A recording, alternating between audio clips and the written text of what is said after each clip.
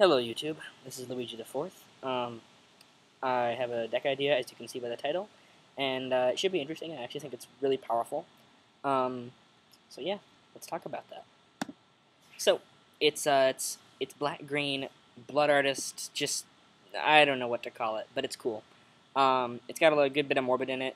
Let's just kick it off. So there's 28 creatures, starting with and as with all new deck ideas, it's all 4-ofs, because that's all I know how to do for new deck ideas. I never know, like, ooh, I'm going to need one of this thing, but because I can cut this. Like, 4-ofs is what I know how to do if I've never tested a deck.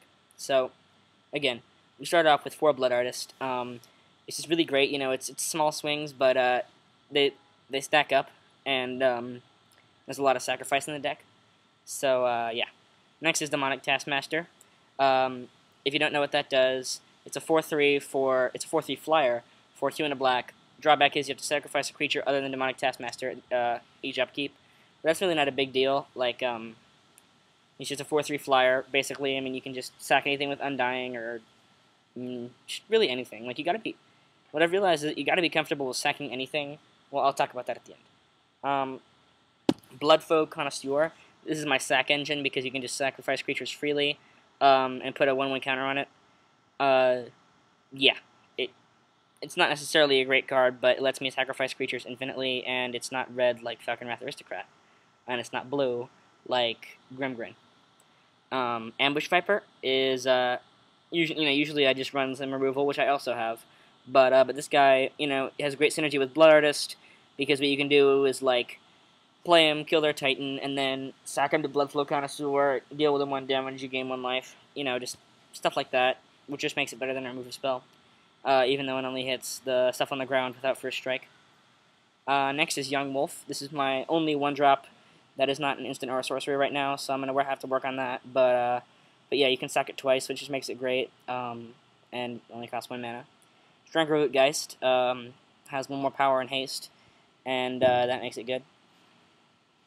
Skirsdag High Priest. This is going to be really great, I think.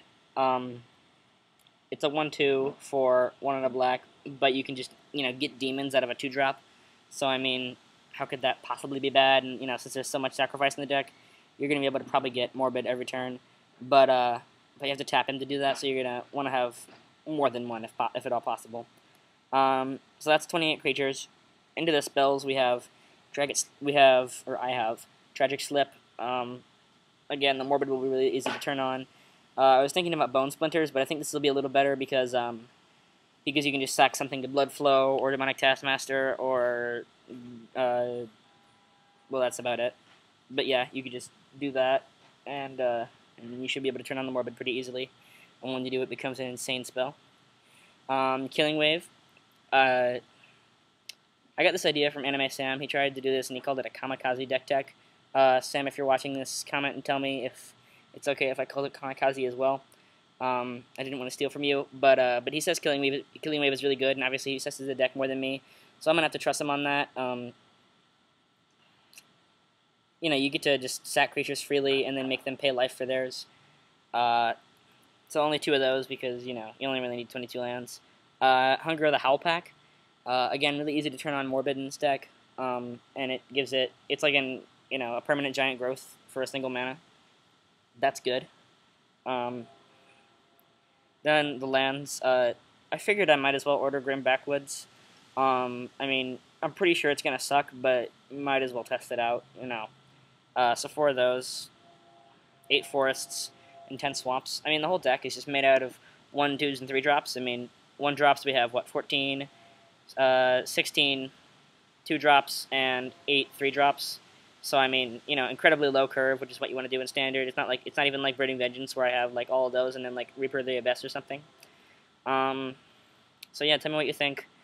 I don't have it right now, but my friend Evan just got paid, and I think he's probably gonna buy the deck because it's really his style, and I'm tired of making decks for him. And well, yeah, I might participate $10, which is what I have on me.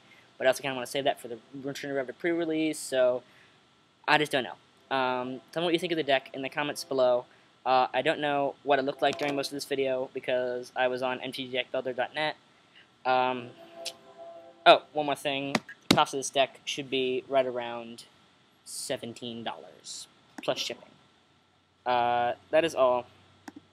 Bye-bye.